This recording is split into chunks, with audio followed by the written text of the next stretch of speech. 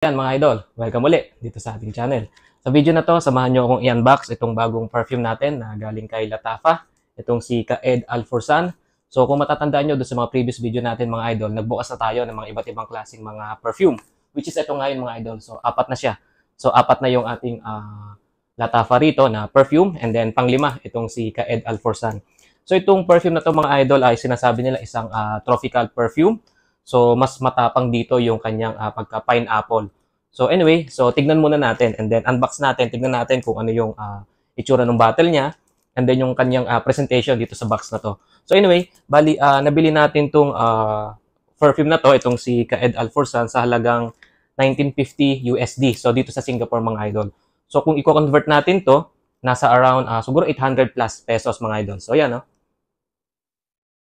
So, 1950 SGD. So anyway, so tignan na natin, open natin. So ang sabi nila, bali inspired by Creed Aventus daw to, but tignan natin yung amoy mga idol. Kasi nga 'di ba sabi nila kapag yung perfume is medyo amoy pineapple, so medyo na hahawig kay Creed Aventus. So hindi natin alam yun kasi wala naman tayong Creed Aventus, 'di ba? Kasi nga medyo mahal yun, nasa around 20,000.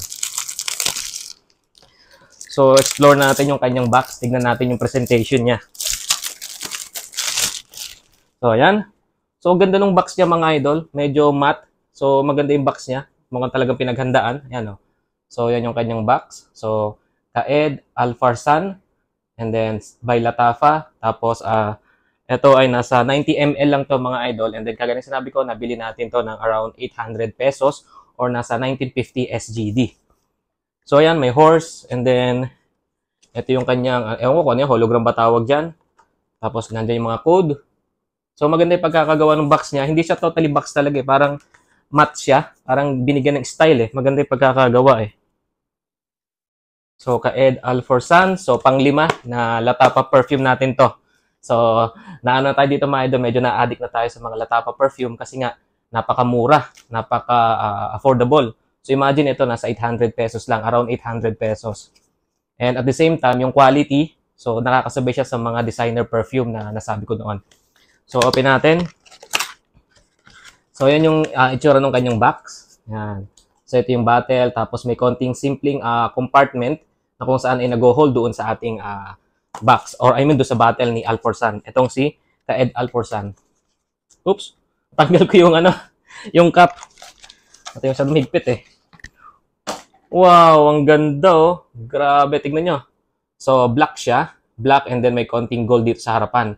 So, para sa akin, kung titignan natin to napaka-masculine and yung may pagka-woody. So, parang hindi siya tropical. Pero ang sabi nila, yung amoy daw nito, itong si Kaed Alforsan is napaka-tropical kasi nga medyo heavy yung kanyang, yung pineapple, napaka-heavy. So, ngayon, tignan natin. And then, ito yung bottle. Yan. So, napakaganda, di ba? Napakakinis. Bottle siya. Yan. And then, like I said earlier, gold dito. And then, nandito yung pangalan niya. Tapos yan, andyan yung logo nila. Tapos, kung titignan natin dito, oops, magnetic. Magnetic yung cup niya. Tignan nyo ha. Oh, ang ganda. So, ito yung kauna nating nakuhang perfume na magnetic yung cup.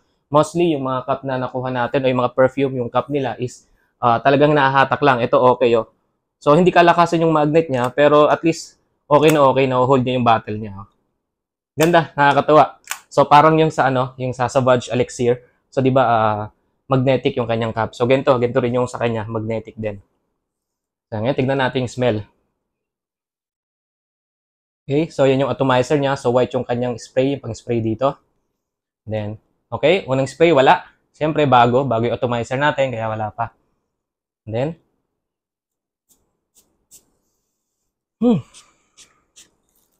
So yun. Unang spray talaga maamoy natin na yung pagka niya, yung pineapple. Tapos kung familiar kayo mga idol dun sa pineapple, subukan niyo yung mga ripe pineapple tapos i-grill natin. Kasi medyo may pagka smoky yung amoy niya. So siguro dahil dun sa saffron, kasi nga may saffron din to and then may amber, tapos mapapansin din natin na may pagka agarwood. So nandiyo yung pagka-woody niya. Kaya ito ay nasa aking observation sa smell niya.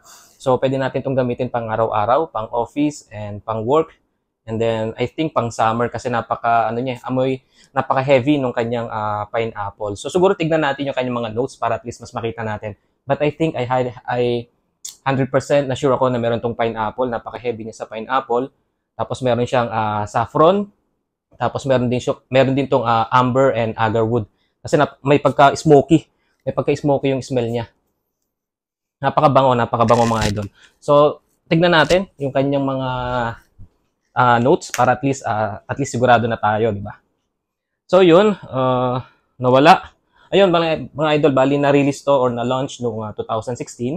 And then, yung top notes niya is tama tayo, may pineapple. So, talagang tropical perfume to. And then, meron siyang saffron. Tapos, yung middle notes niya is jasmine and balsam. So, hindi ko alam yung balsam na yon.